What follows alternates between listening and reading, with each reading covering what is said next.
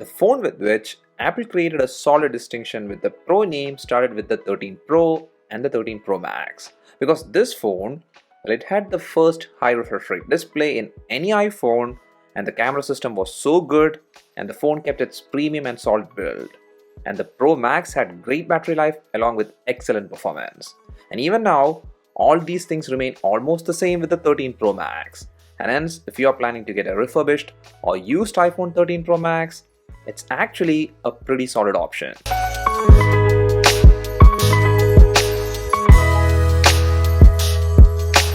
Because right now, even after 2 years and few months, the core things like performance, display experience, camera quality, and battery backup all stays on par with flagship phones launched in 2024.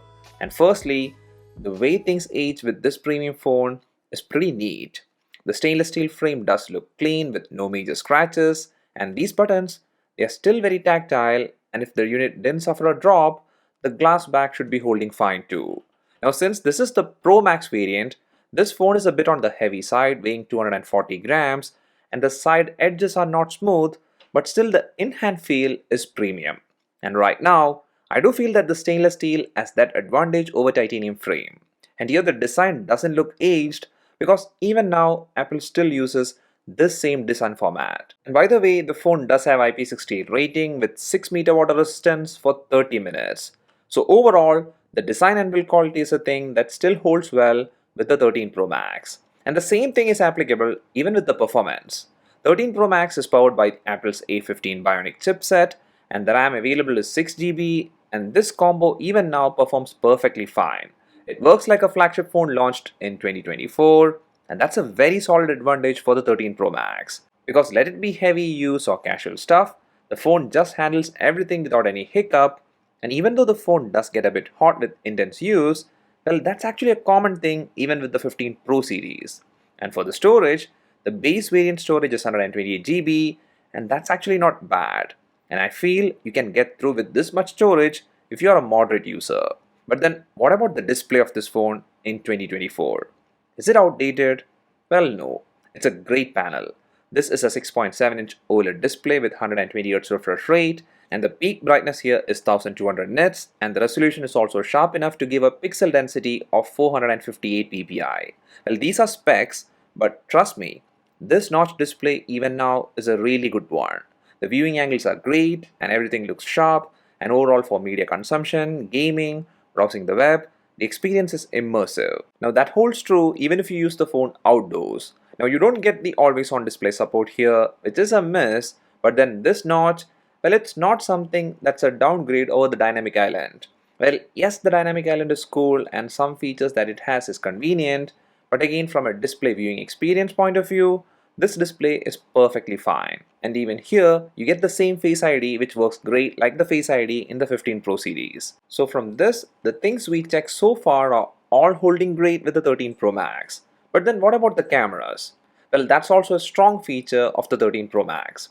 You're getting 3 cameras at the back, where the main sensor is a 12 megapixel camera with f1.5 aperture, and this camera does perform well in almost all scenarios for taking photos.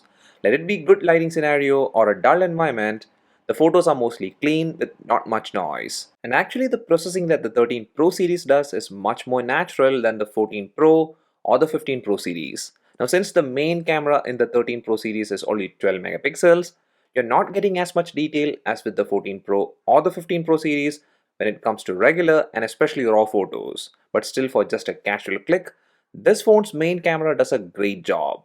Now the ultra wide and the 3x telephoto are good performers if there is good amount of natural light. And also I did like the macro photos that this phone captured. Now more than the photos, I did like the videos that this phone's main camera records.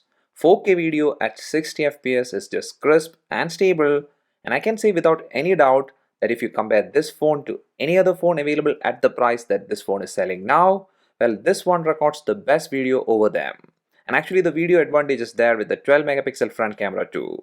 And for the selfies, the front camera does a decent job. Now if we move our concentration to a general problem area for aging devices, which is the battery, well, the battery capacity of the 13 Pro Max is 4352 mAh, and with this phone, the battery health has been holding pretty great, and the screen on time I've been getting is approximately 5 hours 30 minutes with moderate usage. And for topping the battery up, the phone can be fast charged to 100% from 0% with lightning cable, and it takes approximately 1 hour 26 minutes if you use wired charging. And also the phone does support 15-watt MagSafe charging as well as Qi wireless charging if you're into it. And about the dual speakers, they're decent sounding, and for calls, the earpiece is a good one. And about the Bluetooth version, it's 5 and Wi-Fi version is 6, and the phone does have 5G support too. So overall, the 13 Pro Max, as I said in the beginning, is even in 2024 a solid option. And for the refurb price I've seen in Amazon, it's a good deal. Like for say, if you find a refurbished 13 Pro Max for $650 or less, well then for that price, what you're getting is actually a great phone which will outshine or stay on par with the phone selling at this price point, and those phones might have been launched in 2024 itself. And for the 13 Pro Max users, I feel there is surely no need to upgrade, and if you're a person who doesn't want the latest and greatest, well then this phone should hold fine for 2 to 3 more years, and actually the software support will be there for this phone for a minimum of 3 more years. Well, that's all for this video guys, hope you liked it. If so, like is much appreciated, and also don't forget to subscribe to the channel so that you won't miss our future contents. See you again in the next one. Till then, bye.